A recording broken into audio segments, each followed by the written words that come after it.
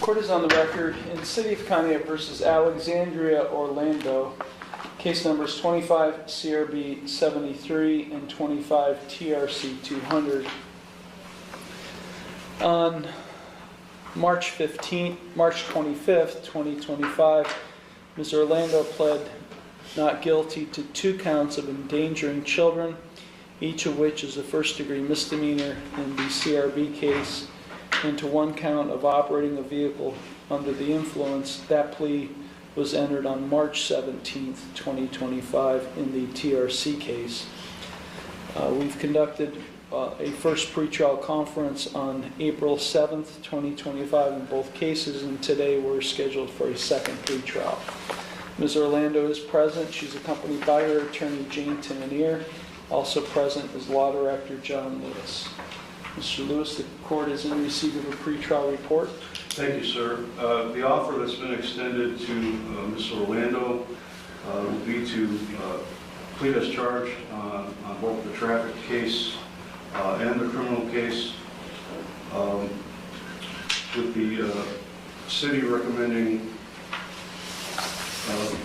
mandatory minimums on the OVI charge.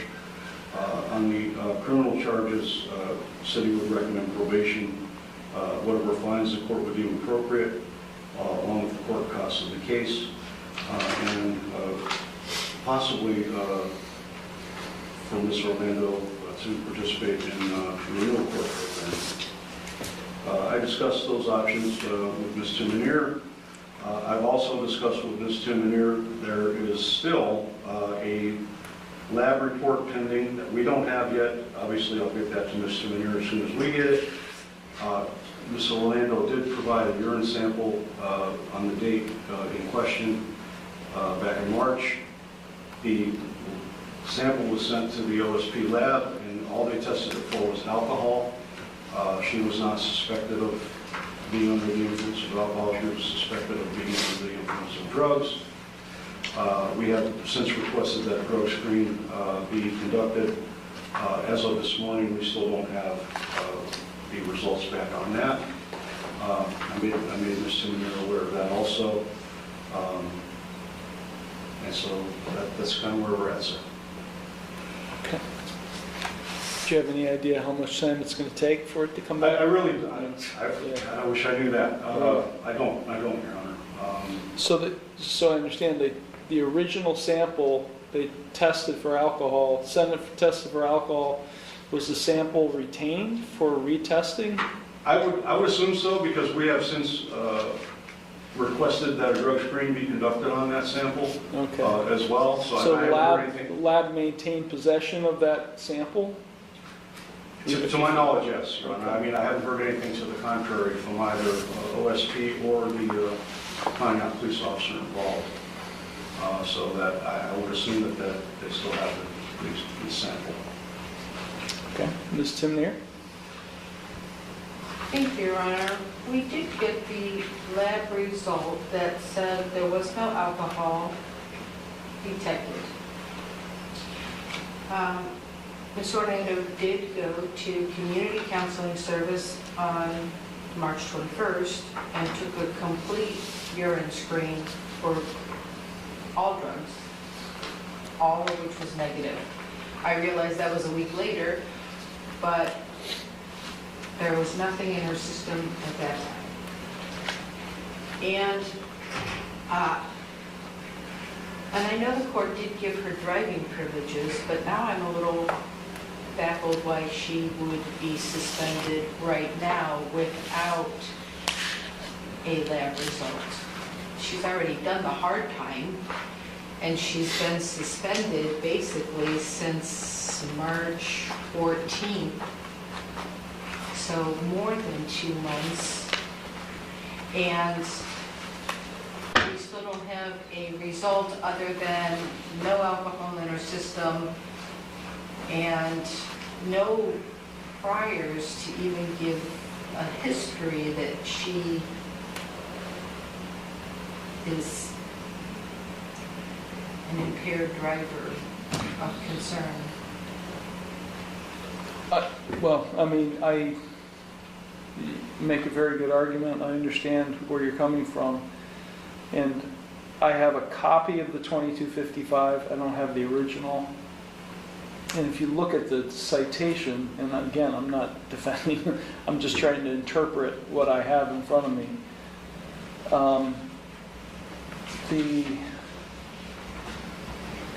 The traffic citation has both checked on it, urine and refusal. And then refusal has like a line in addition to the box. And then if you look at 2255, where she was placed under administrative license suspension, and I don't know if you have that, but it does say that it's checked refused to submit the test, and then there's an X, like a bigger X on the box that says circled test type, and it's circled urine. And then if you go down to the signature line where it has her purported signature, it's got refusal written in parentheses. So apparently her license was placed in an ALS by the police department, and we've granted her privileges. But yeah, I mean, there was no ALS appeal filed. Well, there's been no. Yeah, if they have urine to test, obviously it's not a refusal. Yeah, well, that's where I think it needs some clarification. I don't know if Mr. Lewis has any explanation for what was written here. I know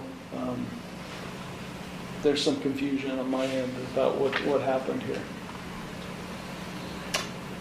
Was this a urine sample or was this a refusal?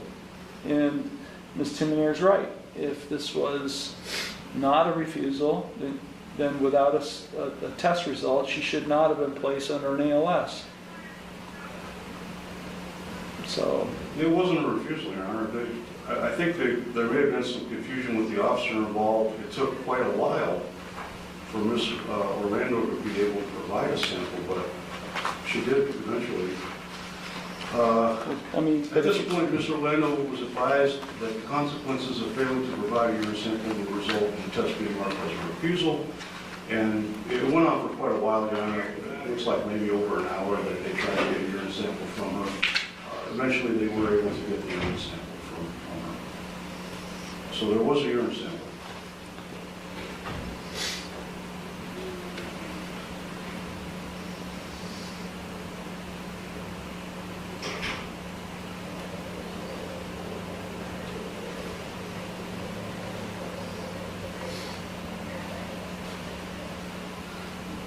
well, I don't think it's in the court's purview to take action without some type of motion or some type of filing by the defendant.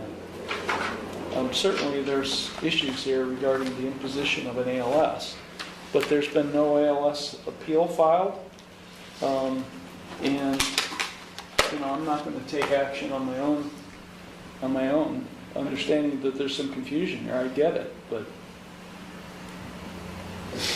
nor am I going to entertain an oral motion on this kind of issue. So, but yeah, if there was a urine sample taken, I have no idea why the officers placed her under an ALS, and I haven't done a BMV check. The clerks haven't provided me a BMV abstract on her. I mean, the assumption is that she's under an ALS. Because of the 2255, but I don't know. Anyways, I'll go ahead and set this case for a final pretrial conference in roughly 30 days. Unless there's some motion filed prior to that, and we could probably conduct a hearing prior to that 30-day time period. And we'll get that scheduled at the clerk's window based on your availability, Ms. Timonnier. Thank you. Okay. Anything further, Mr. Lewis? No, Your Honor, thank you. Ms. Timonnier, anything further? No, thank you. Okay, thank you all very much.